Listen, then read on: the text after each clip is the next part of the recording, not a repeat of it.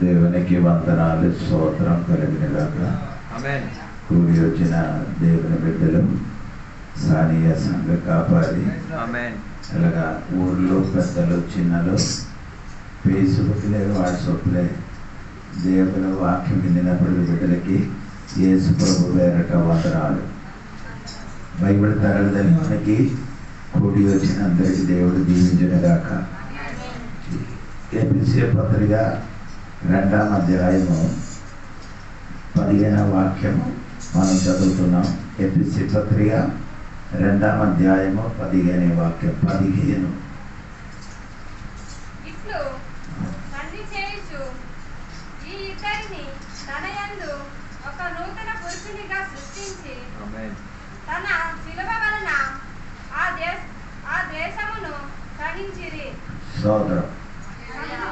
మనం నేర్చుకున్న విషయము బైబిల్లో మనుష్యుడు. అది మనము 3 విధములు ఉన్న మనుషుల గురించి మనం నేర్చుకున్నాం. ఇప్పుడు 4వ మనుషుల గురించి నేర్చుకోబోతున్నాం. అది ఏమనంటే కొత్త మనుషుడు. ఏమండి? న్యూ మ్యాన్, కొత్త అందులో చెప్పండి. కొత్త మనుషుడు. దీని ముందుకు మనం నేర్చుకున్నది పురాతన మనిషి. దీని ముందుకు మనము నేర్చుకున్నది దాని ముందుకు మనం నేర్చుకున్నది ప్రకృతి సంబంధమైన మనుషుడు. దాని ముందుకు మనం నేర్చుకున్నది ఏమనగా మొదటి మనుషుడు. ఇప్పుడు నేను చెప్పిన మాట ఒకటి మొదటి మనుషుడు, 2 ప్రకృతి సంబంధమైన మనుషుడు, 3 పురాతన మనుషుడు, 4 కొత్త మనుషుడు. దాని గురించే మనం ఇక్కడ ఈ రోజు చదివిందండి. ఇంకా ఒక వాక్యం కూడా చదవాలి. ఎఫెసీ పత్రిక 4వ అధ్యాయము 22, 23 వాక్యం కూడా చదివితే కొంచెం కూడా మనకు అర్థమవుతుంది.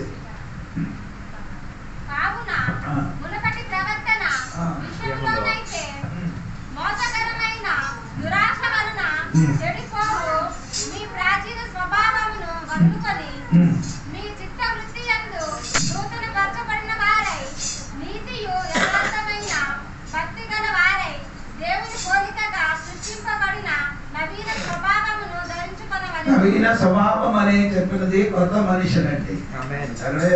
తెలుగులో నవీన స్వభావం అనే రాయబడి ఉంది, ఇంగ్లీష్ లో రాయబడి కొత్త మనుషుడు.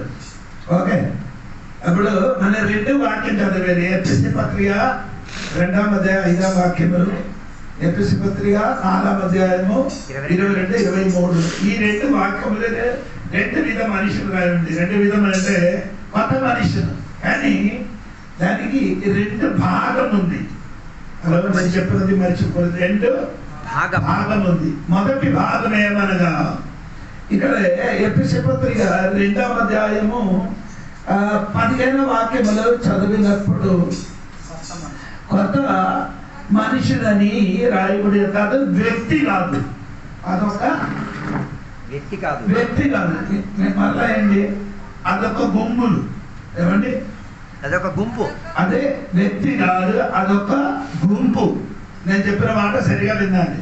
ఎఫెసీ పత్రిక 2వ అధ్యాయములో 15వ వాక్యంలో రాయబడిన ఆ కొత్త మనుషులంటే ఒక గుంపు. ఎఫెసీ పత్రిక 4వ అధ్యాయము 22, 23లో రాయబడినది ఒక వ్యక్తి. హలో, నేను చెప్పిన అర్థమైందా? లేదు. ఎఫెసీ పత్రిక 2వ అధ్యాయం 15 వాక్యములు ఒక గుంపు. గుంపు అంటే అర్థమైందా? 10 మంది కూడేది గుంపు. అదే 10 మంది కూడి వచ్చినదే ఒక గుంపు. ఇది ఎఫెసీ పత్రిక 4వ అధ్యాయము 22, 23, 24 రాయబడిన ఒక వ్యక్తి. ఒకే ఒక మనిషి. అర్థమైందా? ఒక మనిషి. అప్పుడు ఈ ఎఫెసీ పత్రిక 2వ అధ్యాయము 15వ వాక్యములో రాయబడిన నవీన స్వభావమైన మనుషుడు ఎవరంటే సంఘపతి. అర్థమైందా? నవీన అధ్యాయము 15వ వాక్యములో రాయబడిన ఆ గుంపు ఏమనగా నవీన స్వభావం చెందిన సంఘము సంఘ బిడ్డలు. ఎఫెసీ పత్రిక 4వ అధ్యాయములో రాయబడినంటే ఒక వ్యక్తి గురించి రాయబడి ఉంది. ఒక వ్యక్తి ఏమండి కొత్త మనుషులుగా మారాలి. ఒక వ్యక్తి కొత్త మనిషిగా మారాలి. అదే నేను ఇప్పుడు చెప్పిన చదివిన వాక్యంలోనికి వస్తామనండి. దేవునికి స్తోత్రం కలిగేదిగా. ఇక్కడ మీరు ఎఫెసీ పత్రిక 2వ అధ్యాయము 14వ వాక్యం నుండి కిందకి చదవండి. 2వ అధ్యాయము 14వ వాక్యం నుండి చదవండి.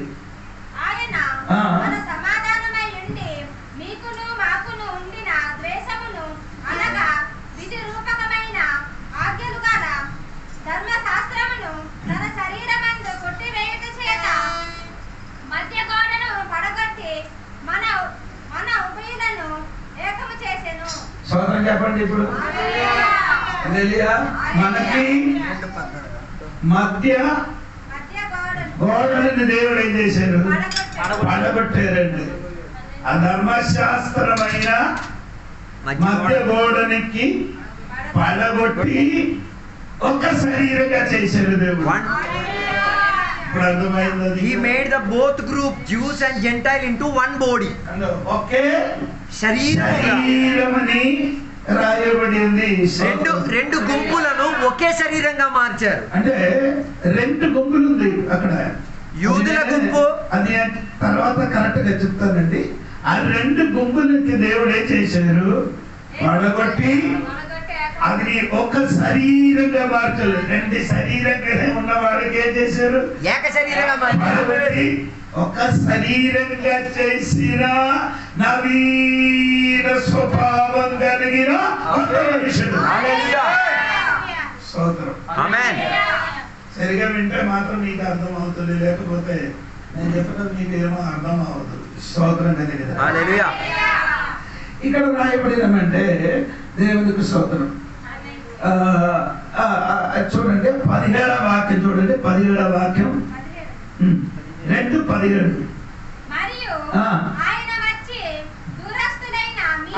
అంటే ఒక గుంపు దూరస్థులైన గుంపు.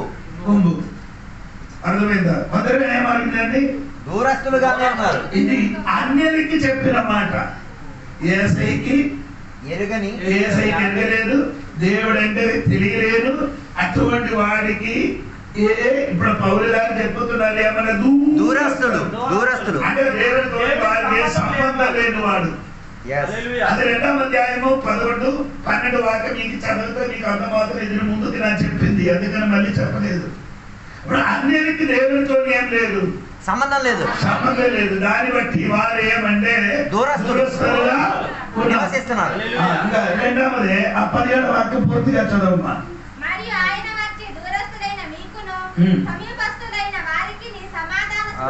సమీపస్థులైన వారికి ముందుకు చెప్పినది అన్యులకి దూరస్థులు. సమీపస్థులు ఎవరంటే అదేళ్ళు యూదులండి. సమీపస్థులు ఎవరండి? యూదులు. అవన్నీ వారు ఎప్పుడు చెప్పుతున్నారు? మనకు అబ్రహాము తండ్రిగా ఉండే మన దూరస్థులు కాదు, దేవుని దగ్గరస్థులు ఉన్నవాడని చెప్పుతున్నారు. అన్ని ఎప్పుడే చెప్పుతున్నారు? మనం దూరస్థులే, దేవునికి దూరస్థులమే. దేవునితోని మనకేం లేదు, ఏ రీతి కలిగిన సంబంధం లేదు. దేవునికి ఎరగలేని వాడికి దేవునితోని ఏ విధమైన సంబంధం లేదు. వారన్యులు, నిరీక్షణ లేని వాడు, శాపగ్రస్తుడు, దేవుడి దగ్గర నుండి దూరంగా వెళ్ళిపోయిన వాడు, వారికి వాగ్దానం లేని వాడు, అది విదేశీ అన్యులు అనగంటే ఆ విషయము బైబిల్లో రాయబడి ఉంది. కానీ యూదుల గురించి చెప్పినప్పుడు వారి దగ్గర స్థలాన్ని చెప్పుతున్నారు. అదే రోమా పత్రిక ఎందుకు దగ్గర స్థాన్ని చెప్పడానికి కారణము, రోమా పత్రిక 9వ అధ్యాయములు మీరు వస్తే మీకు అది అర్థమవుతున్నారు. 4-5వ వాక్యం చదివితే మీకు కొంచెం కూడా అర్థమవుతున్నారు.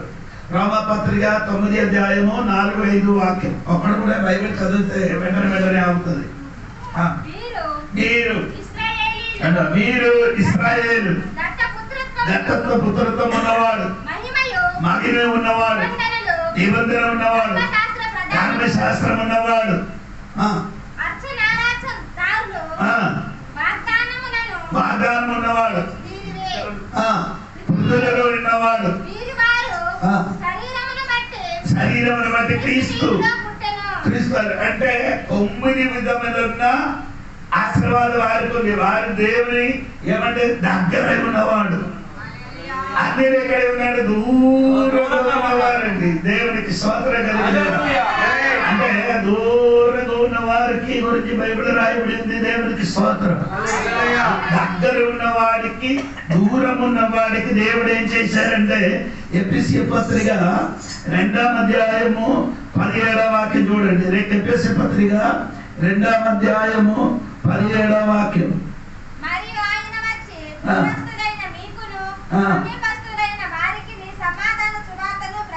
అంటే వారి రెండింటికి కలపడానికి ఏ ప్రకటించారు? సువార్త ప్రకటించారు.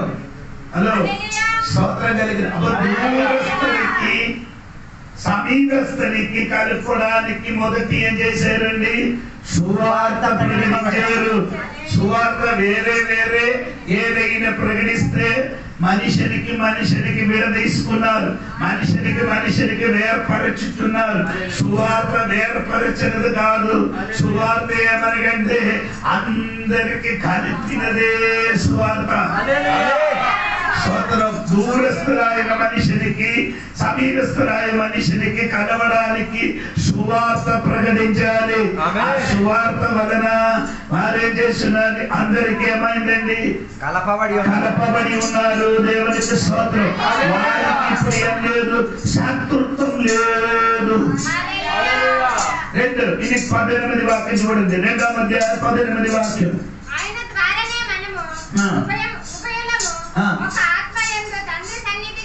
ఒక్క ఆత్మయందు దేవునికి స్తోత్రం చెప్పండి. ఒక్క ఆత్మయందు ఒక శరీరం అలా ఉంది కదా.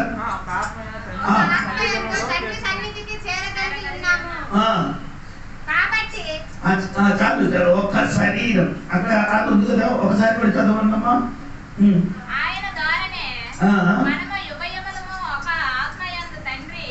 ఆ పదం మర్చిపోయారు. ఆయన ద్వారానే ఉభయం అంటే ఇద్దరికి ఉభయము ఏ ఒక్క ఆత్మీయందు తండ్రి సన్నిధికి ఏం కలిగింది? ప్రవేశం కలిగిందంట. దేవునికి స్తోత్రం కలిగింది. ఒక్క ఆత్మ వలన ఉభయములకి ఏం చేశారు? తండ్రి దగ్గరికి ప్రవేశం కలిగింది. దేవునికి స్తోత్రం. అక్కడ రాయబడిందంటే దేవునికి స్తోత్రం కలిగి ఏక శరీరంలోనికి విశ్వాసములు అంటే విభిన్న అవయవాలు ఉన్నవాడు, విభిన్న విధములున్న అవయవాలు ఉన్నవాడు ఒక్క శరీరంగా మారింది. వివిధ అవయాలుగా ఉన్న వాళ్ళమే, వివిధ అవయవాలు ఉన్న మనకి దేవుడు ఒక్క ఆత్మ వల్ల ఏం చేశాడు? ఒక శరీరంలో ఉతికించారు. నీకు అలా చెప్తే అడగలేదు. వేరే వేరే ఉన్న వారికి దేవుడు ఆత్మ వలన ఒక్క శరీరంగా మార్చారు. అదేమనగండి, దేవుడు సంఘమైన ఒక్క మనుషుడు. దేవుడి సంఘం ఏమనగంటే దేవునికి స్తోత్రం. చర్చలు వచ్చిన వాడు పాత మనుషుడు కాదు, కొత్త మనుషుడిగా వచ్చిన గుంపులు. వారిని చర్చి అని పిలవడేది, శరీరం అని పిలవడేది. అర్థమవుతుంది. దేవునికి స్తోత్రం. యేసయ్య ఏం చేశారంటే యోహాను సువార్త 1వ అధ్యాయము 11వ వాక్యం మీరు చూడండి. 1వ అధ్యాయము 11వ వాక్యం. స్వర్గీయుల దగ్గరికి వెళ్ళారు.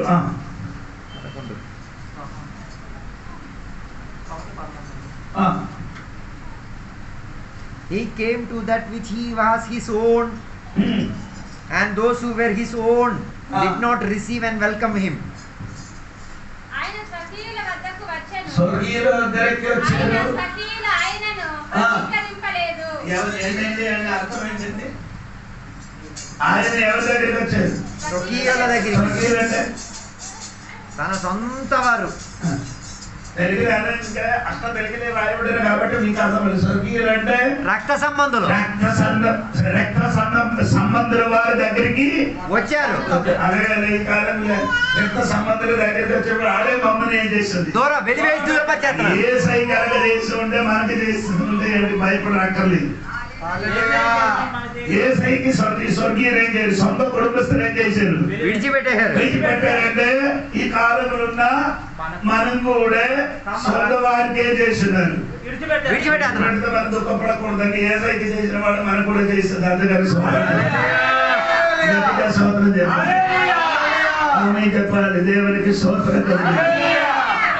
అప్పుడు నేను చెప్తున్న మాట మీరు సరిగా వినాలి. దేవునికి స్తోత్రం. ఇక్కడ మనసులో ఉంచిన విషయం ఏమైనా దూరస్తులు దగ్గరికి దూరస్తులకి దేవుడితో సంబంధం లేదు. సొంత వారి దగ్గరికి వెళ్ళినప్పుడు వారేం చేశారు? దూరం చేశారు.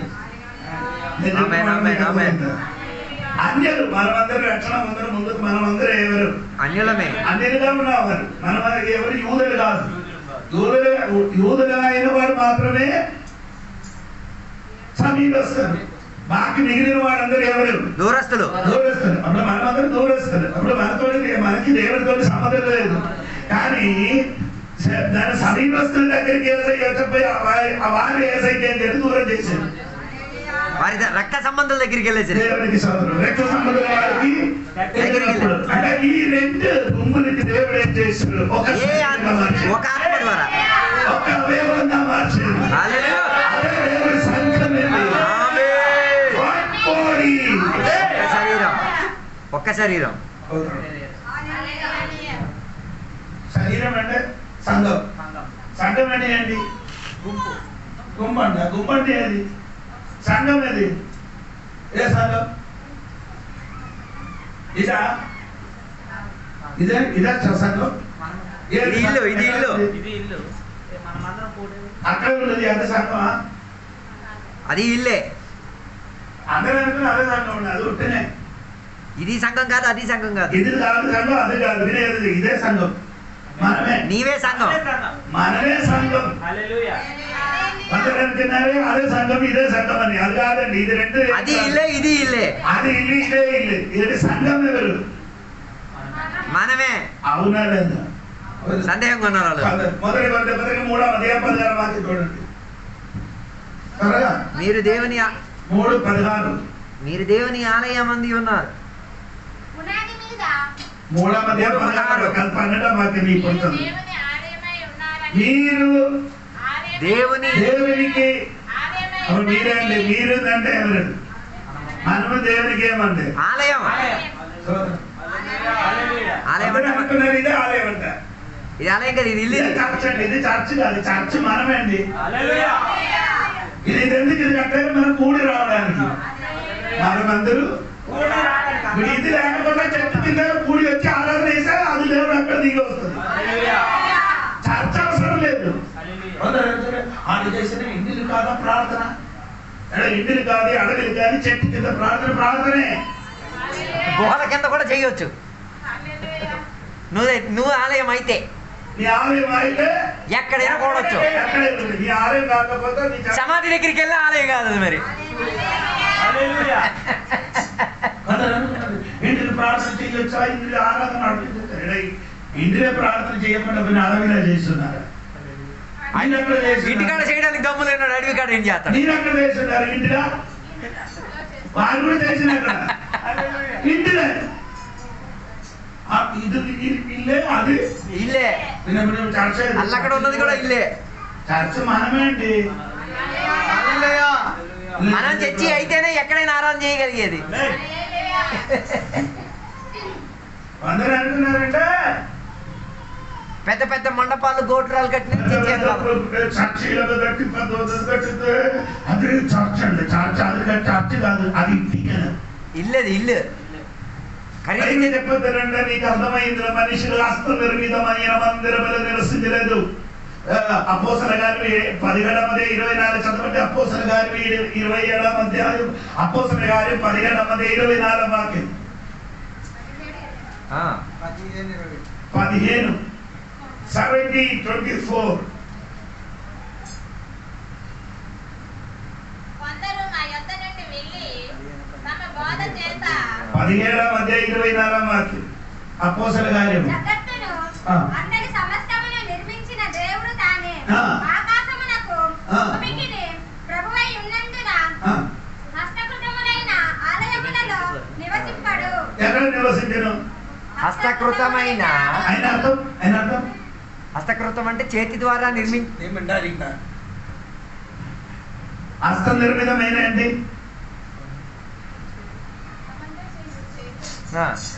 ఆయనకి అర్థం అవుతున్నారండి, మీకు తెలియదా? నేను ఇంకా క్లాసుకు వచ్చాను. హస్త నిర్మితమైన, హస్త నిర్మితమైన అంటే హస్తం అంటే చెయ్యి, చెయ్యితోని కట్టబడిన ఆలయములో దేవుడు నివసించరు. ఎక్కడ దేవుడు నివసించరు? అప్పుడు దేవుడు ఎక్కడ నివసిస్తారు? మనలో. అప్పుడు ఈ కాడినంటే చర్చ అని చెప్పుకుంది. అదే పుట్టినే మోహన్ చేతన రాదు. అది చర్చ కాదండి, అదొక ఇల్లు అండి. అందరికి కూడి రావడానికి ఉన్న ఒక చోట. అందరికి అందరూ సమయం నుంచి కూర్చో రావడానికి ఉన్న చోటు అది.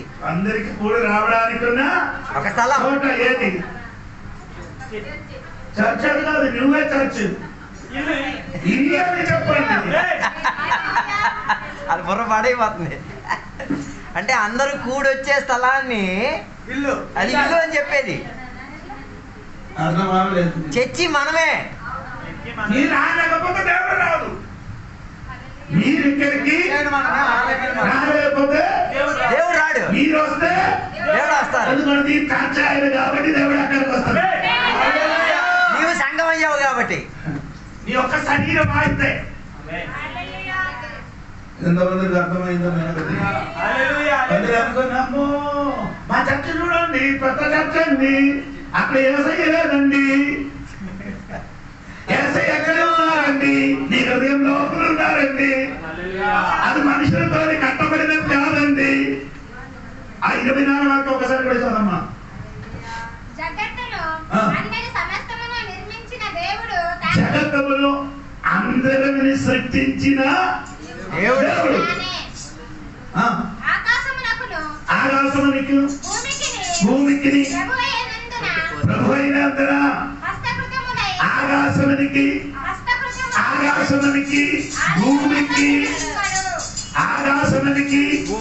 భూమికి ప్రభు ఆయన. ఆకాశం భూమికి ప్రభు అంటే ఆకాశం భూమిలో ఉన్న దేవుడు, ప్రభు అయిన దేవుడు నీలోనికి వచ్చారట.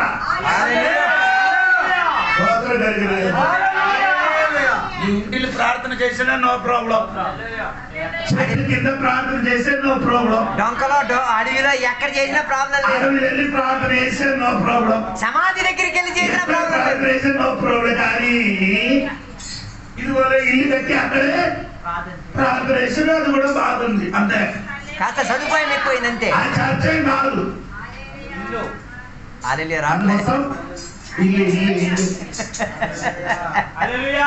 నెత్తి మీద ఇది చచ్చి అందులో చర్చకి వచ్చినప్పుడు భయంకర భక్తి. ఏది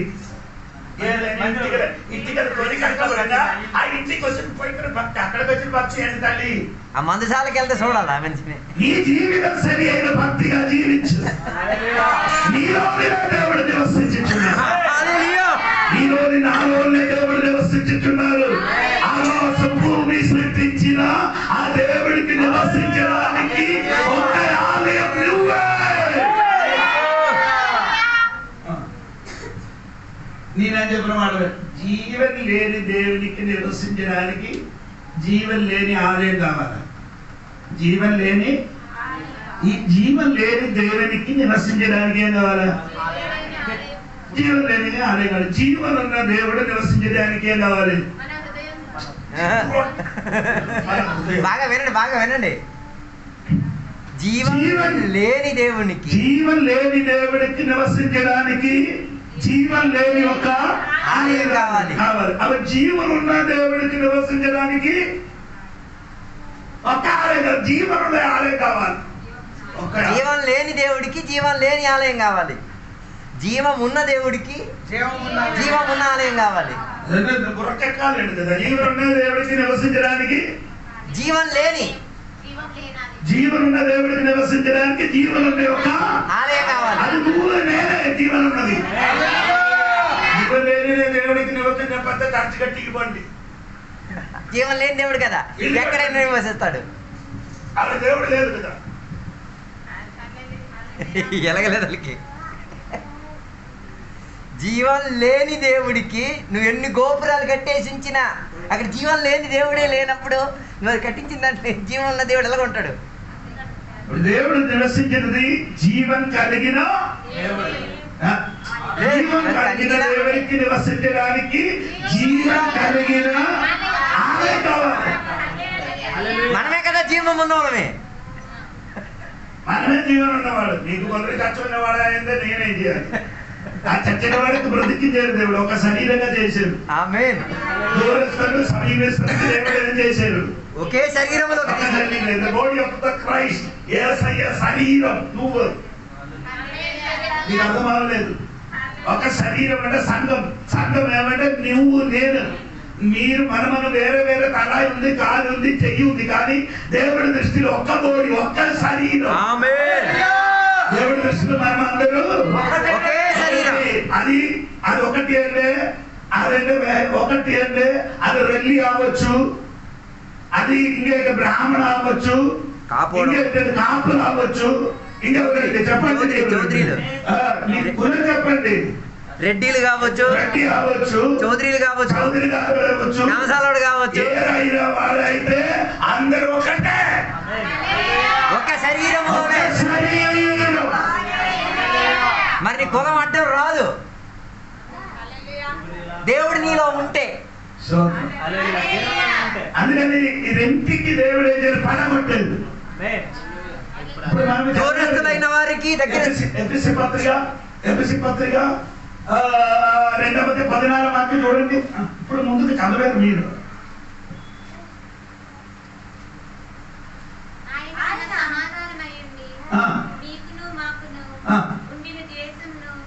అనగా విధి రూపకమైన ఆజ్ఞలు గల ధర్మశాస్త్రమును తన శరీరమందు కొట్టివేయుట చేత మధ్య గోడగా పడగొట్టి మన ఉభయములు ఏకము చేసి. మధ్య గోడకి ఏం చేశారు?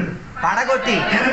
ఆయన శరీరం ఆయన యేసయ్య మరణం వలన ఉపయోగానికి ఏం చేశారు? ఉపయోగానికి ఒక శరీరం చేశారు. విడదీసే ఉన్నది కలిపారు. దూరస్తులు దేవుడి దగ్గరకు రావడానికి అవకాశం లేని వారికి దేవుడు ఏం చేసి తన శరీరమును శిలువ మరణం వలన ఒక్క శరీరం చేశారు. చెప్పండి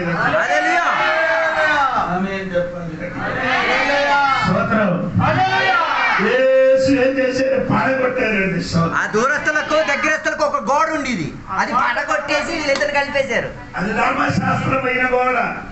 ధర్మశాస్త్రమైన గోడ మనకి ఎలాగ పిలిచిన కుక్క అని పిలిచి అన్యులం మనం కాబట్టి అన్యులకి ఎలాగ పిలుస్తున్న కుక్క, అన్యులకి ఎలాగ పిలుస్తున్నారు? కుక్క అని. కుక్కకి మార్చి యేసయ్య మరణం వలన కుక్క అని పిలవబడిన దేవుని బిడ్డలకి దేవుడు కుమారుడు అని పిలుస్తున్నారు. స్తోత్రం. అర్థమైందా లేదా? దేవునికి స్తోత్రం కలిగిన ఒక్క శరీరం చేశాడు. చూడండి, ఇది మొదటి కొరింథీ పత్రిక 12:13 వాక్యం చూడండి. మొదటి కొరింథీ పత్రిక 12:13 వాక్యం చూడండి. మొదటి కొరింథీ పత్రిక 12:13 వాక్యం.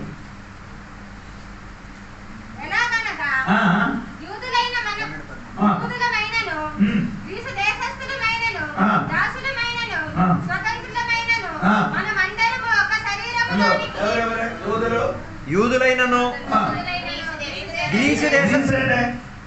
గ్రీసు గ్రీస్ అంటే అన్నిటికీ చెప్పిన పదమండి గ్రీస్. గ్రీస్ దేశస్థులు, దాసులు, స్వతంత్రులు, మనమందరూ ఒక శరీరం అయింది. యేసుక్రీస్తు శరీరం అయింది మనమందరూ. అదా సంఘం. శరీరం అని చెప్పినది సంఘం. కొంచెం కూడా తెలియాలంటే మీరు ఎఫెసీ పత్రిక 1:23 వాక్యం కూడా చదవండి. 23 వాక్యం చూడండి. ఓకే, ఎఫెసీ పత్రిక 1:23. ఆ సంఘం ఆయన శరీరం. సంఘం అని చెప్పినది ఏమండి? చర్చ అని చెప్పినది దేవుని శరీరం.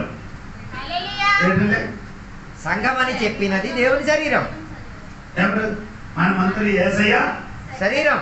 తల యేసయ్య, బోడి ఎవరిది? శరీరం మనమే.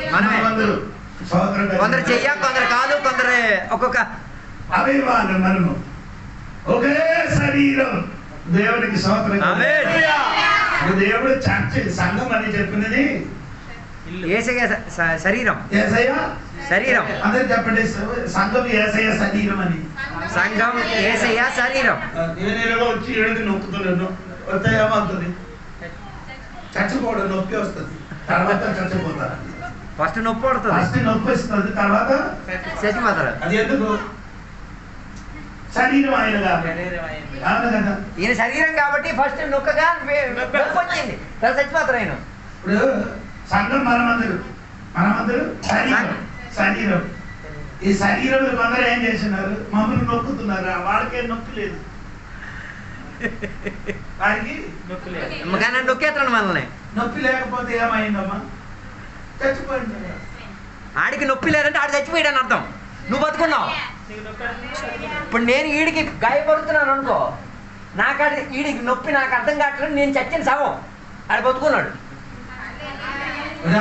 ఇప్పుడు నేనొచ్చి ఆనంద భాషకి ఎన్ని బోధులు అడిగి తింటారంటే ఆడికి నేనేం చేశాను? వేదన పరుస్తున్నారు. నీకేం కలగలేదు అంటే ఆ తిట్టినప్పుడు అది తప్పని ఆయనకి అనిపించట్లేదు కదా. ఆయన శవం, ఈయన బతుకున్నాడు. నీ ఆనంద భాషకి నేను తిట్టినప్పుడు నీకు నొప్పి కలగలేకపోతే నీ చచ్చిన వాళ్ళే. ఒక శరీరం అయితే నొప్పి వస్తుంది. అర్థం కాలేదు. ఇప్పుడు కాకరకాయ ఇదిగో పట్టుకొని కట్టి చేసినప్పుడు ఈ కత్తి ఇక్కడ తగిలితే నొప్పి ఎక్కడ వస్తుంది? మొత్తం కాకరకాయకి నొప్పి వస్తుందా? నీకెందుకు నొప్పి రాలేదు? పాస్టర్ గారికి తిట్టినప్పుడు నీకెందుకు నొప్పి రాలేదు? పాస్టర్ గారికి నీ తిట్టారు, నీకు నచ్చినట్టుగా ఆనంద పాస్టర్ గారికి తిట్టారు, నీకెందుకు నొప్పి రాలేదు? నీ చచ్చిన శవమే జీవనం ఉందా? నీకు వస్తుంది, ఏమవుతుంది? అయ్యో నేను చేసిన తప్పు, అలా తిట్టకూడదని నిన్ను తిట్టితే, నిన్ను కొట్టితే ఆ కొట్టిన వాడికి నొప్పి కలుగుతుంది, నీకెందుకు నొప్పి రాలేదు? నీ ఒక శరీరం కాదా? మనమందరం ఒక శరీరం కదా. ఒక శరీరం ఒకటే అయితే ఒక చెయ్యికి దెబ్బ తగిలితే ఒక చెయ్యి ఇంకొక చెయ్యికి ఏం చేస్తుంది? ఓదార్స్తుంది. ఈ చెయ్యికి ఏదైనా దెబ్బ తగిలింది అనుకో, వెంటనే ఈ చెయ్యి అని చేస్తుంది. మందులు పట్టి కట్టడం కానీ. నీకెందుకు అలాగే నీ ఎందుకు చెయ్యలే? ఇప్పుడు అయ్యగారు ఈయనకి తిట్టిన తర్వాత ఎందుకు అయ్యగారు చెప్పలేదు? అయ్యో తప్పు అయిపోయింది అని చెప్పి ఎందుకు చెప్పట్లేదు? నీ చచ్చిన శవం ఏం స్పందించదు కదా. అంటే ఇప్పుడు కోశారు, ఈ చెయ్య ఏం చెయ్యాలి? దీనికి పరిచర్య చేయాలి, ఓదార్చాలి. అరే బాబు ఇది కట్టుతాను, డాక్టర్ దగ్గరికి వెళ్తున్నాను, ఈ చెయ్యి అది చెయ్యట్లేదని దాని అర్థం ఏంటి? ఇది చచ్చిపోయిందని అర్థం. నీ ఒక శరీరం అయితే, సంఘం మరి శరీరం అయితే, ఒక సంఘ బిడ్డలకి ఏదైనా దెబ్బ తగిలితే మనకి అందరికి దెబ్బ తగిలినట్టే. హల్లెలూయా. సంఘములకి ఒక్కడికి నీ తిట్టితే అందరికి తిట్టినట్టుగా. నీ ఎందుకు చెప్పలేదు అది? Praise the Lord. భయం వేస్తుంది. అర్థం అవ్వలేదా? అర్థమవుతుంది, భయం వేస్తుంది వాళ్ళకి. హల్లెలూయా. భాషకి ఏదైనా బోధన అడిగితే తిట్టడానికి నీకు నీ చెప్పిన వాడు అంటే నీ శరీరం కాదు. ఒకే శరీరం అయితే ఆ రీతిగా తిట్టవు. ఆ రీతిగా తిట్టదు, కొట్టదు, బూదు రాదు, అబద్ధం చెప్పరు. అలాగే చెప్పితే ఆయన అర్థం నీకేమో అలాగే చెప్పిన అనుకో, నీకేమో రావాలి, నొప్పి రావాలి.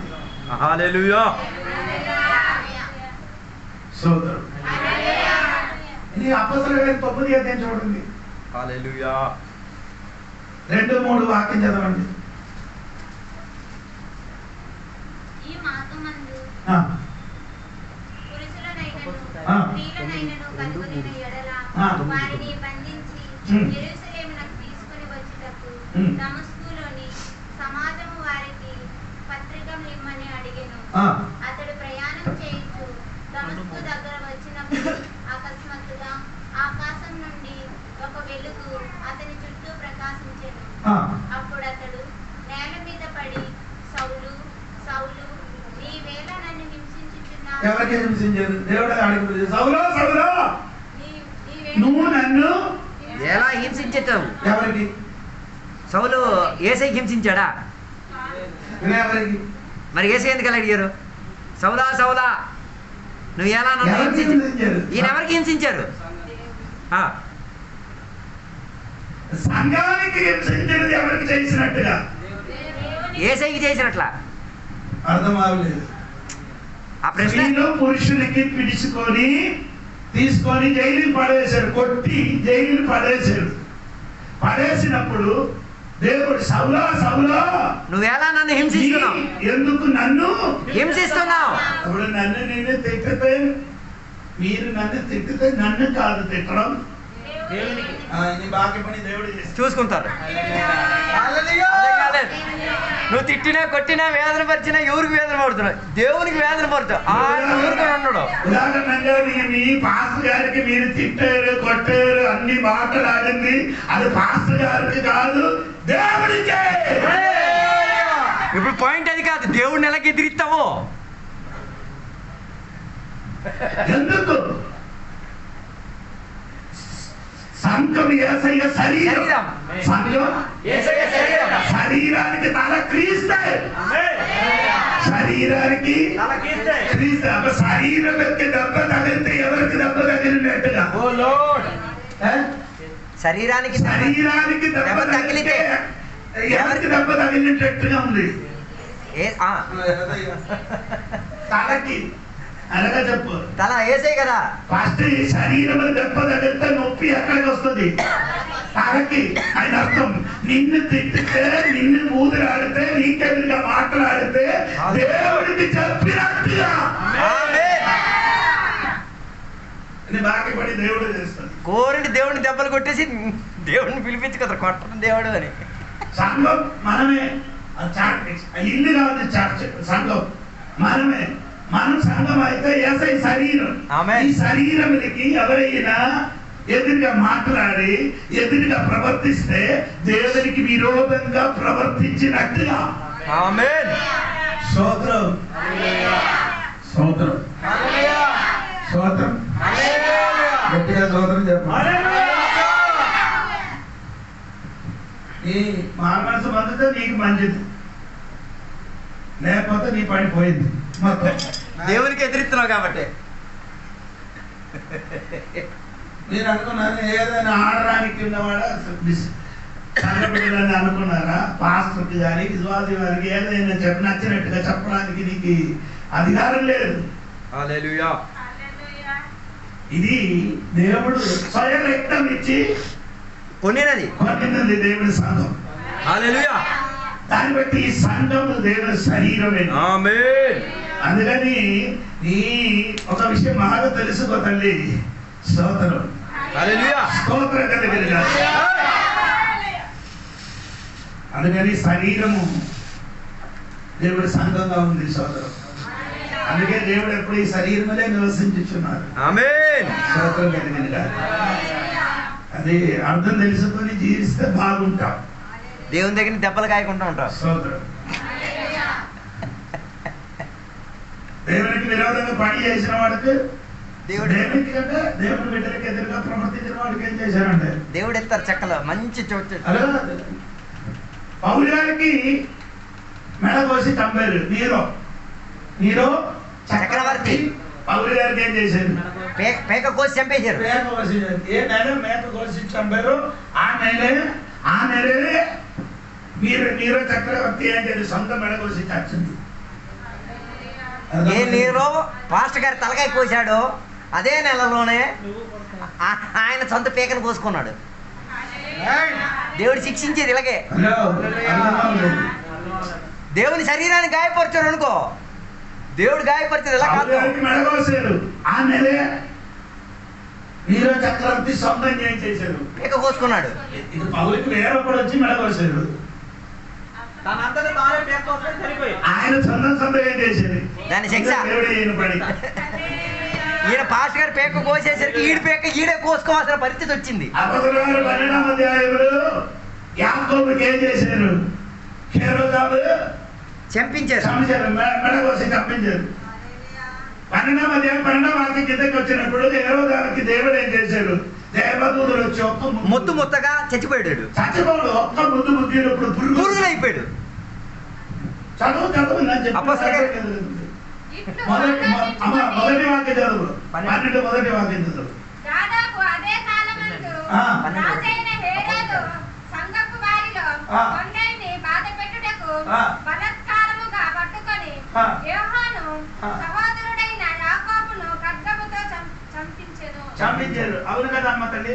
12వ అధ్యాయంలో 12వ వాక్యం చూడండి. అపోస్తలుల కార్యం 12:12. ఇట్లు ఆలోచించుకొని అతడు మారు పేరు గల యోహాను తల్లి అయిన 11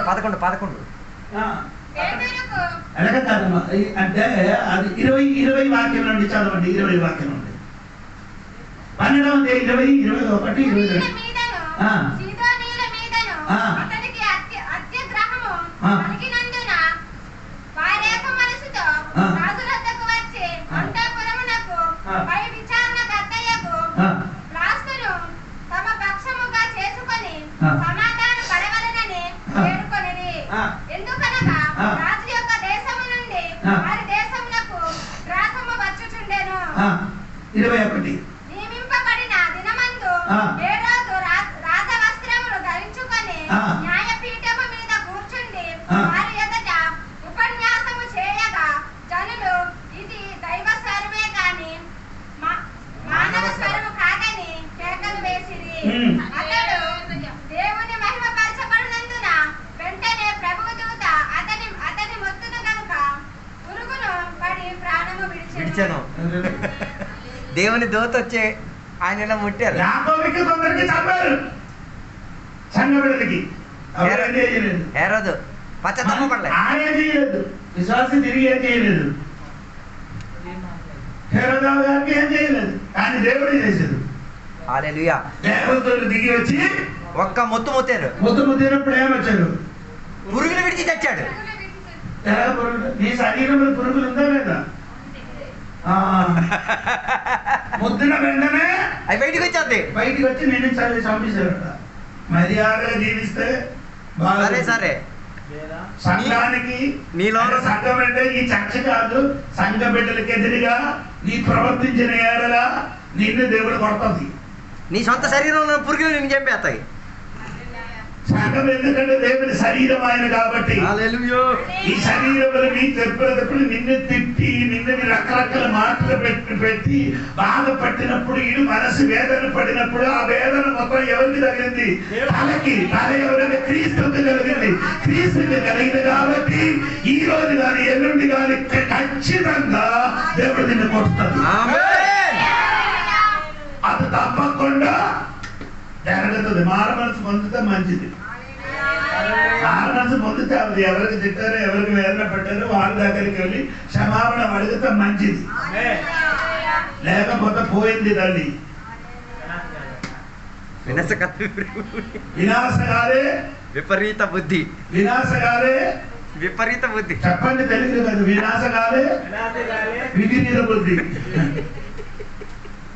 నశించడానికి టైం ఆగినప్పుడు అలాగంటే బుద్ధి లేని పనులే చేస్తారు, పనిలన్నీ చేస్తుంది. దేవునికి సోదరు నాశనానికి నడిచినప్పుడు నన్ను కొట్టడానికి ఒకడు వచ్చాడు. కొట్టారు కానీ తగలే. ఒక్క వారం లోపల ఎవరు కొట్టడానికి వచ్చాడో ఏదో చేయితోని కొట్టడానికి వచ్చింది. ఆ చేయి తన పెద్ద కొడుకు నరికేది. ఈ చెయ్యితో కొట్టడానికి వచ్చిన ఆ చెయ్యి పెద్ద కొడుకు ఏం చేశాడు? కత్తి తీసి నరికేసాడు. కత్తితో నరికిన తర్వాత ఇప్పుడు నన్ను చూస్తే దేవుని కుమారుడా ప్రైజ్ రాడు చెప్తుంది. ఒంటి చేత్తో మరో చెయ్యి లేదు, కొడుకు కోసేసాడు.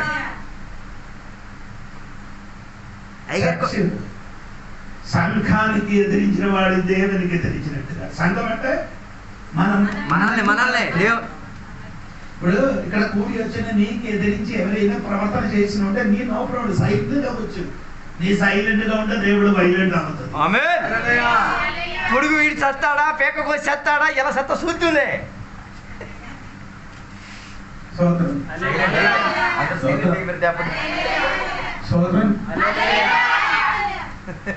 నన్ను కొట్టడానికి వచ్చిన వాడు ఏం చేశారు? ఇప్పుడు పాస్టర్ అయిపోయింది, దాన్ని బట్టి ఆడ బ్రతికింది. సో ఒకడు నన్ను కొట్టడానికి వచ్చినాడు, ఏమైంది? ఇప్పుడు పాస్టర్ అయిపోయాడు. పాస్టర్ అయింది, లేకపోతే పోయింది. పురుగు వీడు శరీరం సంఘం దేవుని, అది కొత్త మనుషులు. ఆ కొత్త మనుషులు నేను చెప్పినది దేవుని శరీరం. దేవుడు ఏం చేశాడు? 2 గుంపులకి ఏం చేసి ఒక్క గుంపులుగా చేసి ఒక్క మనుషులుగా మార్చి స్తోత్రం. దేవుని సంఘంగా నన్ను నేను దేవుడు మార్చిన స్తోత్రం. ఎంతమందికి అర్థమైందో బాగుంది. దేవునికి స్తోత్రం. గట్టిగా చెప్పండి.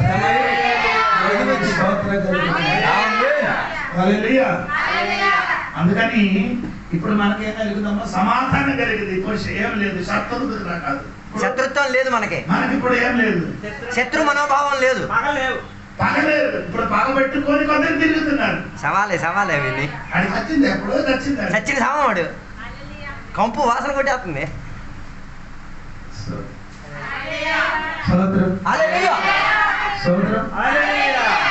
మనకేం లేదు, పగలేదు.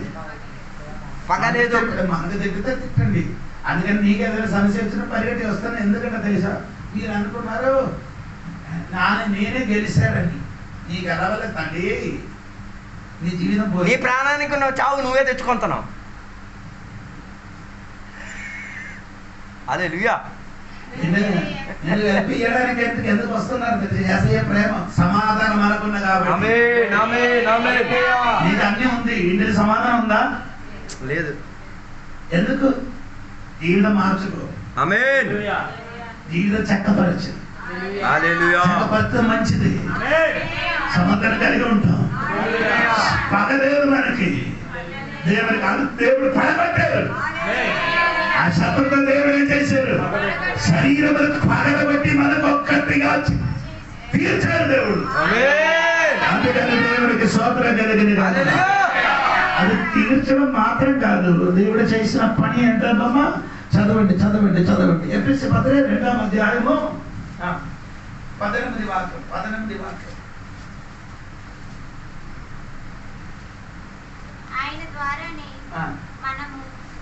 ఆయన ద్వారానే మనము ఉపయోగము ఒక ఆత్మయందు తండ్రి సన్నిధికి చేరగలిగి ఉన్నాము.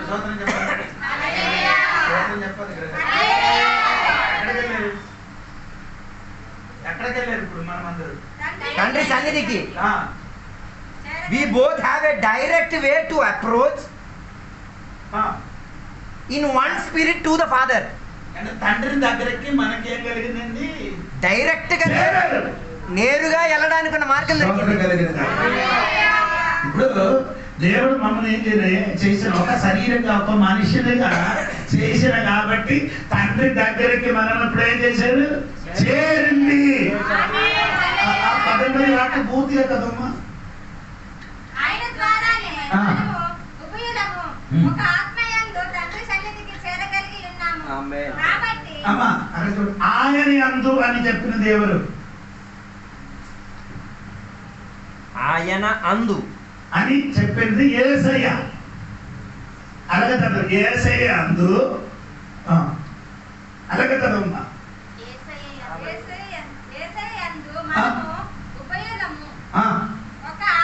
ఒకే ఆత్మ అంటే పరిశుద్ధాత్మ. అప్పుడు అక్కడ ప్రవేశన మనకి ఎవరిచ్చారు? ముగ్గురు ఇచ్చారు. ముగ్గురు ఉన్నారు కదా. ఆయన యందు అన్నప్పుడు యేసుక్రీస్తు, ఆత్మ అన్నప్పుడు పరిశుద్ధాత్మ. ఓకే, ఒక తండ్రి కూడా ఉన్నాడు కదా, ముగ్గురు సమావేశం కనబడలే. స్తోత్రం. ఈ ముగ్గురు కలిసి మీరే ఎక్కడికి వెళ్ళింది? ఇప్పుడు ప్రవేశం దొరుకుతా చేరింది.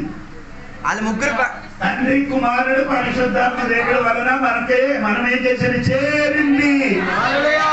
తండ్రి దగ్గరికి చేరాం, యేసయ్య దగ్గరికి చేరాం, పరిశుద్ధాత్మలోకి చేరాం. స్తోత్రం చెప్పండి. హల్లెలూయా చెప్పండి గట్టిగా. తండ్రి దగ్గరికి చేరింది, క్రీస్తు దగ్గరికి చేరింది, పరిశుద్ధాత్మ దేవుడి దగ్గరికి క్రియ వలన మనం దేవుడి దగ్గరికి చేరాం. అది ముగ్గురు క్రియే మనల్ని దేవుని దగ్గరికి చేర్చింది. తండ్రి పాత్ర తండ్రి చేశారు, కుమారుని పాత్ర కుమారు చేశారు, పరిశుద్ధాత్మ పాత్ర పరిశుద్ధాత్మ చేశారు. తండ్రి ఏం చేశారు? మమ్మల్ని ప్రేమించారు. యేసయ్య మన కొరకు ఏం చేశారు? సిలువలో ప్రాణం ఇచ్చారు. పరిశుద్ధాత్మ దేవుడు ఏం చేశారు? అందరికీ కలిపారు. ఆమేన్. అర్థమైందా? తండ్రి మమ్మల్ని ప్రేమించారు కాబట్టి తన కుమారునికి పంపించారు. యేసుక్రీస్తుని పంపించారు. మమ్మల్ని ఏం చేయాలి? మన కొరకు మరణించడానికి. ఓకే, ఆ మరణించిన వలన పరిశుద్ధాత్మ దేవుడు మనకేం చేశారు? కలిపేశారు. ఎక్కడికి? తండ్రి దగ్గరికి. ఎవరు సోదరులు చెప్పారు? అలాగే ఒక్క శరీరం, అలాగే ఒక్క శరీరం. హల్లెలూయా. దేవునికి స్తోత్రం కలుగును. ఆమేన్. ఎంతమందికి అర్థమైందని నాకు తెలియదు. దేవునికి స్తోత్రం కలుగును గాక. హల్లెలూయా. హల్లెలూయా చెప్పండి గట్టిగా. ఆమేన్. ఆ 18 వాక్యం ఒకసారి కూడా చదువుతండి. ఆయన ద్వారానే మనము ఉభయులము అంటే ఈ ఉభయం అని చెప్పినది రెండు గుంపులకి ప్రవేశం దొరికింది. ఉభయం అంటే ఉభయులు. ఉభయం అంటే అన్యులు మనము యూదులకి ఎక్కడికి జరిగింది? యేసయ్య దగ్గరికి ప్రవేశం జరిగింది. అమ్మో దేవుని స్తోత్రం. యూదులకి అన్యులకు యూదులకి దేవుడి సన్నిధికి ఏం జరిగింది? ప్రవేశం దొరికింది. అంటే చేరడానికి కృప దొరికింది. దేవుడికి స్తోత్రం కలిగింది. వేరొక రీతిగా దూరస్తులు సమీపస్తులు, దూరస్తులు సమీపస్తులు అందరి ఎక్కడికి దేవుడి సన్నిధికి ప్రవేశము జరిగింది. ఆమె చెప్పండి. ఎలాగ ప్రవేశం జరిగింది? ఎబ్రీ పత్రిక 10 అధ్యాయము 20 వాక్యం చూడండి. ఎబ్రీ పత్రిక 10 అధ్యాయము 20 వాక్యం.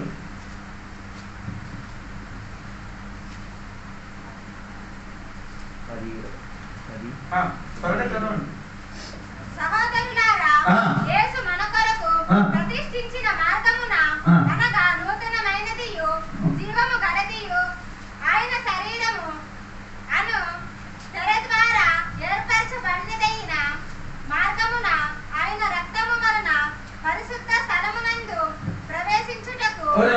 ఎలాగ ప్రవేశం దొరికిందండి? ఎలాగ ప్రవేశం దొరికింది? రక్తం వలన. అలాగే చెప్పండి. ఎవరు స్తోత్రం చెప్పాలి? ఎలాగ ప్రవేశం దొరికిందండి? రక్తము. రక్తం వలన. ఎవరి రక్తం? యేసయ్య రక్తం. యేసయ్య రక్తం. అక్కడ ఏం చేశారు? పరిశుద్ధ స్థలములో ఏం చేశారు? మనల్ని రక్తం అక్కడ చేయగలడు. 9 అధ్యాయం ఎబ్రీ పత్రిక 9:21 వాక్యం కూడా చూడండి. ఎబ్రీ పత్రిక 9:21. అదే విధముగా గుడారము మీదను సేవ పాత్రలన్నిటిని మీదను రక్తమును ప్రోక్షించెను. మరియు ఆ రక్తం ఏం చేశారు? ప్రోక్షించారు. ఎక్కడ? పరలోకములో తండ్రి దగ్గరే యేసయ్య రక్తం ఏం చేశారు? పోషించిన కాబట్టి నీ అక్కడికి ప్రవేశం ఉంది. ఎక్కడికి? దేవుడు తండ్రి దగ్గరికి. ఎందుకు అక్కడ ప్రవేశం? అక్కడ రక్తం ఉంది. ఎవరి రక్తం? యేసయ్య రక్తం. ఆ రక్తం అక్కడ లేకపోతే నీకేం దొరకదు. స్తోత్రం. స్తోత్రం. స్తోత్రం. దేవుడు శరీరమైన సంఘానికి అక్కడ ప్రవేశించడానికన్నా అవకాశం దొరికింది. ఎలాగా అంటే యేసయ్య రక్తం మన కొరకు అక్కడ ఏం చేశారు? కార్చబడింది. చిలకరించారు, పోషించారు. ఆ పోషించిన వలన మనకి తండ్రి దగ్గరికి ప్రవేశం దొరికింది. ఆమేన్. హల్లెలూయా హల్లెలూయా హల్లెలూయా చెప్పలేదండి. హల్లెలూయా స్తోత్రం. ఇప్పుడు నేను చెప్తున్నాను సంఘం. ఆమేన్ ఆమేన్ ఆమేన్. వచ్చినప్పుడు ఆ కొత్త మనిషిని ఎవరని నేను చెప్తానండి. ఇప్పుడు కొత్త మనిషిని ఎవరంటే సంఘం ఏంటి? హల్లెలూయా. ఆ కొత్త మనిషిగా సంఘములు తయారు చేయడానికి సంఘం ఏమంటే రెండుగా మారింది. ఒకటి దూరస్తులు, రెండు సమీపస్తులు. ఇది రెండు ఉపయోగానికి దేవుడు ఏం చేశాడు? యేసయ్య మరణం వలన ఒకటి చేశాడు. అది ఆయన శరీరమైన సంఘం. మనమందరం ఒక శరీరంగా ఉంది. యేసయ్య శరీరం. ఆమేన్ ఆమేన్ ఆమేన్. హల్లెలూయా స్తోత్రం. ఆమేన్. దేవుడి శరీరం. ఆమేన్. దేవుడి శరీరం అంటే అది వేరే పడి ఉంది. ఆదివారం చర్చలు వచ్చినప్పుడు ఏం చేస్తున్నారు? నల్ల కార్యక్రమం తింటున్నారు కదా, రొట్టి బల్లారాధన తింటున్నారు కదా, తింటున్నారా? ఆ రొట్టి యేసయ్య శరీరం. శరీరం కాదు, శరీరానికి జ్ఞాపకం. రొట్టి తెచ్చినది శరీరం అయితే అదైతే ఎక్కడి నుంచి తెచ్చి వచ్చారో అది అక్కడ మొత్తం శరీరం కాదు. రొట్టి దేవుని శరీరం అయితే అయితే ఆ రొట్టిని ఎక్కడి నుంచి తీసుకొని వస్తున్నారు? ఇంటిని చేస్తే ఇంటిని చేయని మొత్తం రొట్టి ఏమైంది? యేసయ్య శరీరం అయిపోయింది కదా. ఒకవేళ రొట్టి మీరు చెప్పినట్టుగా యేసయ్య శరీరం అయితే ఆ రొట్టి నువ్వు ఇంటికాడ తయారు చేసావు అనుకో, నువ్వు ఒకటి తెచ్చి 4 ఇంటికాడ పెట్టాడు, ఆ రొట్టి కూడా యేసయ్య శరీరం అయిపోద్ది కదా. ఇంకా బేకరీ నుంచి తెచ్చావు అనుకో, ఆ బేకరీలో ఉన్న రొట్టె అన్ని యేసయ్య శరీరం అయిపోద్ది కదా. ద్రాక్షరసం అయితే సోపు నుంచి తెచ్చి వచ్చిన ఆ ద్రాక్షరసం మొత్తం ఏమైంది? యేసయ్య రక్తం అయిపోద్దా? మీరు చెప్పిన అలాగే ఉంది. ఆ రొట్టి యేసయ్య శరీరానికి సాదృశ్యం. సాదృశ్యం. ఆ ద్రాక్షరసం యేసయ్య రక్తానికి యేసయ్యకి సాదృశ్యం. రక్తానికి సాదృశ్యం. ఇది నీ తిన్నప్పుడు తాగినప్పుడు జ్ఞాపకం చేయాలి. ఏంటి? ఎవరికి? యేసయ్యని జ్ఞాపకం చేసుకోవాలి. యేసయ్య శరీరము నా కొరకు సిలువలో ఏం చేశాడు? సిలువలు మరణించిన రక్తం నా కొరకు దేవుడు కార్చారు. కార్చారని జ్ఞాపకంతోని ఆ రొట్టి ద్రాక్షరసం ఏం చేయాలి? తినాలి. స్తోత్రం. హల్లెలూయా చెప్పండి. ఆమేన్. స్తోత్రం. ఆ శరీరం అది యేసయ్య శరీరం. హల్లెలూయా. అది తిన్నారంటే యేసయ్య శరీరం ఎలా తినాలి? తన తాను ఏం చేయాలి? శోధించి పరిశోధించి పరిశోధన కలిగి ఎలాగ తినాలి? తన్ను వ్యక్తిపరంగా పరిశోధించి నేను కరెక్ట్ ఉన్నానా? పోయిన వారు ఎన్ని సినిమా చూశారు? పోయిన వారు ఎందరితో గొడవ పెట్టుకున్నాను? ఎన్ని సీరియల్ చూశారు? ఎవరితో గొడవలు పెట్టారు? కాయిని తిన్నారా? పిక్క తాగిందా? సుట్ట తాగిందా? ఒడియాలో చెప్పారు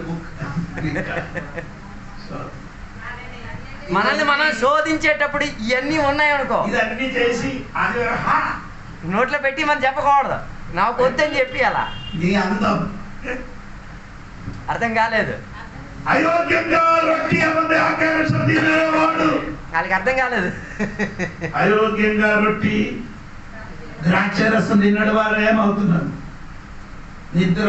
శిక్షావధికి చదవండి ఏప్రిల్ పత్రిక సారీ మొదటి కొరింథీయుల పత్రిక 11వ అధ్యాయము 28 నుండి చదవండి. కాబట్టి ప్రతి మనుష్యుడు తన్ను తాను పరీక్షించుకొనవలెను. మనిషిని ఏం చేయాలి? తను తాను పరీక్షించుకోవాలి. తిరిగిన ముందు రొట్టి ఇక్కడ ఉన్నారు అని చెప్పి ఇక్కడ కూర్చొని రొట్టి తిన్నారు. అప్పుడు వచ్చినప్పుడే చూశారు. ప్రతి మనిషిని ఏం చేయాలి? సినిమా చూసారా? సీరియల్ చూసారా? గొడవ ఆడిందా? సుట్ట తాగిందా? ఎవరినైనా తిట్టానా, బాధ పెట్టానా, ఇవన్నీ ఆలోచించాలి పరీక్షించి. కాబట్టి మనుషుడు తన్ను తాను పరీక్షించుకొనవలెను. అలాగు చేసి ఆ రొట్టెను తిని ఆ పాత్రలోనిది త్రాగవలెను. ప్రభువు శరీరమని వివేచింపక దీన్ని త్రాగువాడు తనకు శిక్ష విధి కలగటకే తిని సుట్ట సినిమా సీరియల్ దానికి తాగే శిక్షావిధి తెచ్చుకుంటున్నాం. పాతగాడిగా అన్నారు. భయం వచ్చింది అలాగే. తనకి తానే శిక్షావిధి తెచ్చుకుంటున్నారు. చదవమ్మా. ఇందువలనే మీలో బలహీనుడు ఒకటి, రోగులు మూడవది నిద్రించండి. ఈ చచ్చిన ఇక్కడ వచ్చి కూర్చున్నారు. చుట్టాన్ని తాగేసి రొట్టి దాకరసం నిండి సత్తి శవం రేపటి శవం. హల్లెలూయా. అందరూ చెప్పురే తమ్ముడు. హల్లెలూయా. నీ విశ్వాసి కాదు, నీ చచ్చిన వాడే. ఇంటిలో గొడవ ఆడి మాట్లాడకుండా చర్చికి వచ్చి రొట్టి బల్లారం తిన్న నీ చచ్చిన వాడే. అది ఫస్ట్ పరీక్షించి అడగండి. ఇది తినిన ముందుకు ఏం చేయాలి? క్షమాపణ అడిగి వచ్చేవాళ్ళు. ద్రాక్షారసం తినడం ముందుకు ఏం చేయాలి? క్షమాపణ అడగాలి. అడిగి మళ్ళీ అది చేయకూడదు. మళ్ళీ క్షమాపణ అడిగి మళ్ళీ అది చేయకూడదు. ఈ రోజు క్షమాపణ అడిగా రేపు మళ్ళీ ఏం చేసి ఉంటారు? అదే పని కొనసాగిస్తారు. సోదరు లేదు. హల్లెలూయా. పరీక్షించి సోదరు గట్టిగా చూడండి. నేను మాట కూర్చున్నాను. అందుకని ఈ శరీరం ఈ శరీరం సంఘమైన శరీరం ఏసే శరీరం ఏం చేయాలి? శోధింపబడండి. శోధింపబడిన తర్వాత ఏం చేయాలి? అందరూ చెప్తున్నారు మీరేదో షాపింగ్ బాగా వెళ్తున్నారండి. అమ్మ వెళ్తున్నారు. సుట్ట మాన్సారా? ఎన్ని సంవత్సరం అయింది చర్చకి వెళ్తున్నారు? కైని ఇంకేంటి బంగ్లో ఇది ఇక్కడ పెట్టేది ఏట్రది జ్ఞానికలో పెట్టేది గుడక్కదే బొంగు బొంగు బొంగు ఈడికి అలవాటు ఉంది. అందుకని ఈడి చెప్పడు. అలవాటు లేని వాడే చెప్తాను పట్టకం. మనకు అలవాటు లేదు, అందుకని నేను పేరు తెలియదు.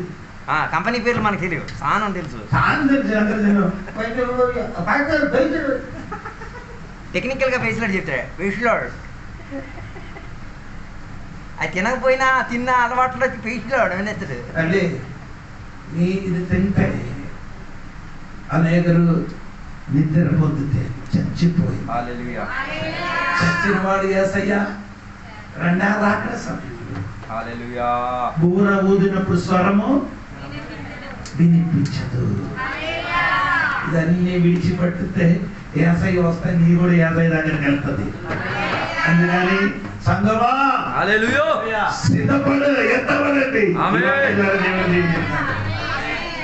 ఈ జీవితం విలువైనది, నరులారా రండని సెలవైనది, సెలవైనది.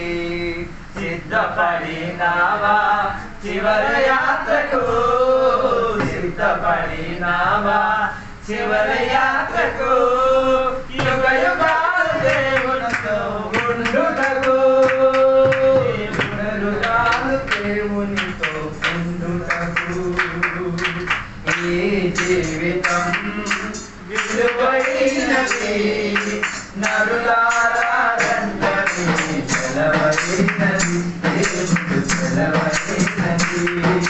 సిద్ధపడినావా చివరి యాత్రకు, సిద్ధపడినావా చివరి యాత్రకు, యుగ యుగాలు దేవునితో ఉండుటకు.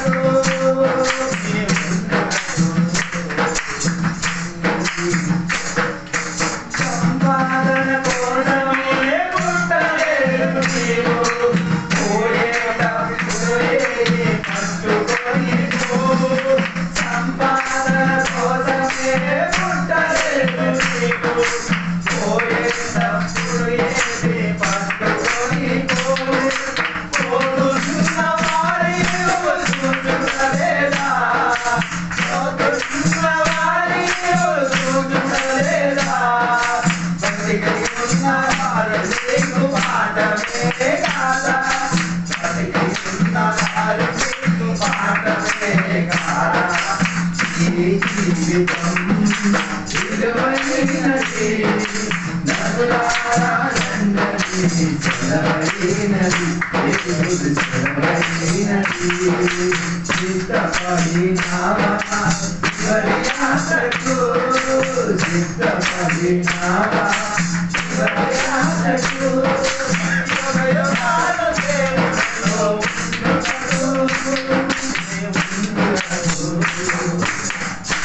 ప్రార్థన చేస్తుంది. రాత్రి వేళ దేవుని యొక్క సన్నిధిలో ఒక నిమిషం మనల్ని మనం పరిశోధించుకొని చెప్తాం. మన జీవితం మనది కాదు, మన శరీరం కాదు. రాత్రి వేళ చెప్పగలిగి తీరుతావా? దేవుడు నిన్ను కొత్త మనిషిగా మార్చాడు. నువ్వు దేవుని యొక్క శరీరానికి అవయవంగా మారి తీరావు. నువ్వు సంఘముగా మారి తీరావు. సంఘము నువ్వే. అందుకే నీ విలువైన జీవితాన్ని పాడు చేయమాక, విలువైన విశ్వాసి జీవితాన్ని పాడు చేయమాక, విలువైన పాస్టర్ గారి మీద ఎదిరింపులతో పాడు చేయమాక. అయ్యో అలా చేస్తే నష్టమేనమ్మా. మరి నువ్వు ఈ రాత్రి వేళ సరిదిద్దుకుంటావా? ఈ రాత్రి వేళ కన్నీటితో దేవునితో చెప్తావు, దేవా తప్పు జరిగిపోయింది, నన్ను మందించు దేవా, క్షమించు దేవా. ఎన్నోసార్లు నేను వేదన పరిచాను, ఎన్నోసార్లు నేను గాయపరిచాను, ఎన్నోసార్లు నేను తిట్టాను, ఎన్నోసార్లు నేను కంటే సుమ్మేశాను, ఎన్నోసార్లు నేను పనికిరాని మాటలు మాట్లాడాను. దేవా ఈ రోజు నాకు అర్థమైనది, నీ శరీరం అయ్యా, నిన్ను నేను వేదన పరిచానయ్యా, నిన్ను నేను గాయపరిచానయ్యా, నన్ను క్షమించదేవా. హేరోదుకు జరిగినది నాకు జరగకూడదయ్యా, నేరోకి జరిగినది నాకు జరగకూడదయ్యా. పురుగు విడిచి తెచ్చాడు, పేద కోసం తెచ్చుకున్నాడు, దేవుని ఒకరితో తెచ్చుకున్నాడు. దేవా నాకు అదొద్దయ్యా, నన్ను మందించు, క్షమించు, నన్ను ఒక కొత్త సృష్టిగా మార్చు దేవా, నన్ను ఒక కొత్త మనిషిగా మార్చు. నా పాత స్వభావం నాశనమైపోడు గాక, నా ప్రకృతి స్వభావం దూరమైపోడు గాక, ఆదాముగా మొదటి మారిపోదు గాక దేవా. నన్ను కొత్త సృష్టినిగా మార్చని రాత్రి చెప్తారు. దేవా నన్ను కొత్తగా మార్చు, నేను కొత్తగా రెడీ అవ్వడానికి సిద్ధంగా ఉన్నాను, నేను కొత్త వ్యక్తిగా అవ్వాలని, క్రీస్తు శరీరంతో సంబంధి అవ్వాలనుకుంటా. నాలో దేవుడు నివసించాలి, నేనే దేవునికి ఆలయం, నేనే దేవునికి చర్చిని. నేను వస్తేనే చర్చి అయ్యేది, ఒక ఇంటిలో కాదు చర్చి జరిగేది. నాలో నీ ఆత్మీయ ఉన్నది. ఈ రాత్రి వేళ ప్రార్థన చేసుకున్నాం. పరిశుద్ధుల మహోన్నతుల దేవానికి వందనాలు. ఈ రాత్రి వేళ దేవుని యొక్క సేవకుల ద్వారా దేవ గొప్ప వాక్యాలు మేము వినగలిగాం దేవా. ఎన్నోసార్లు దేవా నీ శరీరాన్ని మేము వేదన పరిచాం, ఎన్నోసార్లు నీ శరీరానికి వ్యతిరేకంగా మేము పోరాడాం, యుద్ధం చేసాం. కానీ రాత్రి వేళ అర్థమైంది దేవా, మేము చేసింది పొరపాటు అయిపోయింది, తప్పు అయిపోయింది, మమ్మల్ని క్షమించండి దేవా. రాత్రి వేళ కన్నీటితో నీ ఎదుట నిలబడి భిక్షపడుతున్నాం దేవా. నన్ను మాత్రమే హాని చేయొద్దు దేవా, నా మీదకి ఏ దాడి తెచ్చుకోవద్దయ్యా, నా మీదకి ఏ తీర్పాకి రాకూడదయ్యా, ఏ వేదన కలిగే స్థాయి రాకూడదయ్యా. ఈ రాత్రి వేళ నన్ను విడిపించి కొత్త మనిషిగా మార్చు, నేను కొత్త వ్యక్తిగా మారుతా, సంఘానికి సభ్యుడై తీరుతా, యేసయ్య శరీరం కంటే తీరుతా. పరిశుద్ధాత్మ దేవా నన్ను కలుపుకో, యేసయ్య నా కొరకు ప్రాణం ఇచ్చావు తండ్రి దేవో, నన్ను దగ్గరికి చేర్చుకోవడానికి నాకు పిలిచి తీరావు. పరిశుద్ధాత్మ దేవుడు బలపరిచి నేను యేసయ్యకి తోడుకొని వచ్చి తీరి నిన్ను ఆయన సంఘంగా మార్చాడు. నీ లోపల దేవుని యొక్క ఆత్మ నుంచి తీరాడు. దేవా ఇంత గొప్ప సౌభాగ్యం నాకు ఇచ్చావు కదయ్యా, దాన్ని మూలట దేవా నీ శరీరాన్ని నీ రక్తాన్ని మేము వేదన పరచకుండా, గాయపరచకుండా, నొప్పి కలిగించకుండా జీవిత తీరడానికి కొత్త మనిషిగా నన్ను మార్చేందుకు కొత్త మనిషిగా ఇక్కడ సంఘటనలను మార్చేందుకు ఇక్కడ నుంచి మేము కొత్త వ్యక్తిగా జీవిస్తాం. ఆ కొత్త మనిషికి కలంకం కలిగేటట్టుగా, ముడతలు కలిగేటట్టుగా, పాప చర్యలు కలగకుండా చత్తన పరిచి జాగ్రత్త వహించి తీరి శుభ్రంగా ఉంచి తీరుతానని రాత్రి నీ వాక్యం విని మేము సంఘ బిడ్డలుగా మేము అందరం చూసుకున్నాం దేవా. ఈరోజు నాతో కలిసి ప్రార్థన చేసి నిర్ణయం తీసుకున్న బిడ్డలందరూ బట్టి స్తోత్రం దేవా. వారిని దీవించండి, ఆశీర్వదించండి. వారి జీవితంలో ఏ రీతి కలిగిన కళాంకాలు రాకూడదు, ముడతలు రాకూడదు, ఏమీ రాకూడదు దేవా. వారి మీద ఎవరు తోడులు చేసినా, ఎన్ని అత్యాచారాలు చేసినా వాళ్ళక చిరునవ్వుతో సమాధానం కలిగి ఉండడానికి దయచేయండి. ఈ రాత్రి వేళ విలువైన వాక్యాలతో మాతో మాట్లాడేందుకు స్తోత్రం. అలా జాగ్రత్త వహించి దేవ మమ్మల్ని పరలోకం చేరడానికి కృపావాత్సల్యం దయచేసేది. ఇంతసేపు వాక్యం బోధించినది సంఘ అయ్యగారిని దీవించినందుకు స్తోత్రం, సంఘ కాపాన్ని దీవించినందుకు, వచ్చిన సంఘ బిడ్డలని విశ్వాసాలందరినీ కూడా దీవించినందుకు స్తోత్రం. ఇప్పుడు మేమందరం కూడా మా ఇళ్ళలోకి, మా కుటుంబంలోకి, మా సొంత పనుల్లోకి తిరిగి వచ్చున్నాం. నీ కృపలో నడవడానికి ఉన్న బలము, శక్తి, ధైర్యం దయచేయండి. దీనితో నీతిని తీసుకోవడం యేసు నామములో అడిగి పెడుతున్న పరమ తండ్రి. తండ్రి యొక్క కుమారక పరిశుద్ధాత్మక సమాసం ఇప్పుడు వెళ్ళప్పుడు ఇక్కడ కూర్చున్న భక్తులకు దేవాన్ని 2 రాకడ వరకు తోడై ఉన్నను గాక. యేసు రక్తమే జయం, యేసు వాక్యమే జయం, యేసు నామమే సంపూర్ణ విజయం కలుగును గాక. గట్టి శబ్దంతో 3 సార్లు చెప్తున్నాం. హల్లెలూయా. దేవుడు మనందరిగా కొత్త మనిషిగా మార్చేందుకు స్వాగతం చెప్తాం. పాత స్వభావం పతనం వచ్చేందుకు స్వాగతం చెప్తాం. కొత్త మనిషిగా పరిగెట్టేందుకు శక్తి ఇచ్చినందుకు స్వాగతం చెప్తాం. దేవుని యొక్క శరీరంగా సంఘంగా మనం చేసినందుకు స్వాగతం చెప్తాం. దేవుడు అందరినీ దీవించును గాక. ఆమేన్. అందరికీ వందనాలు.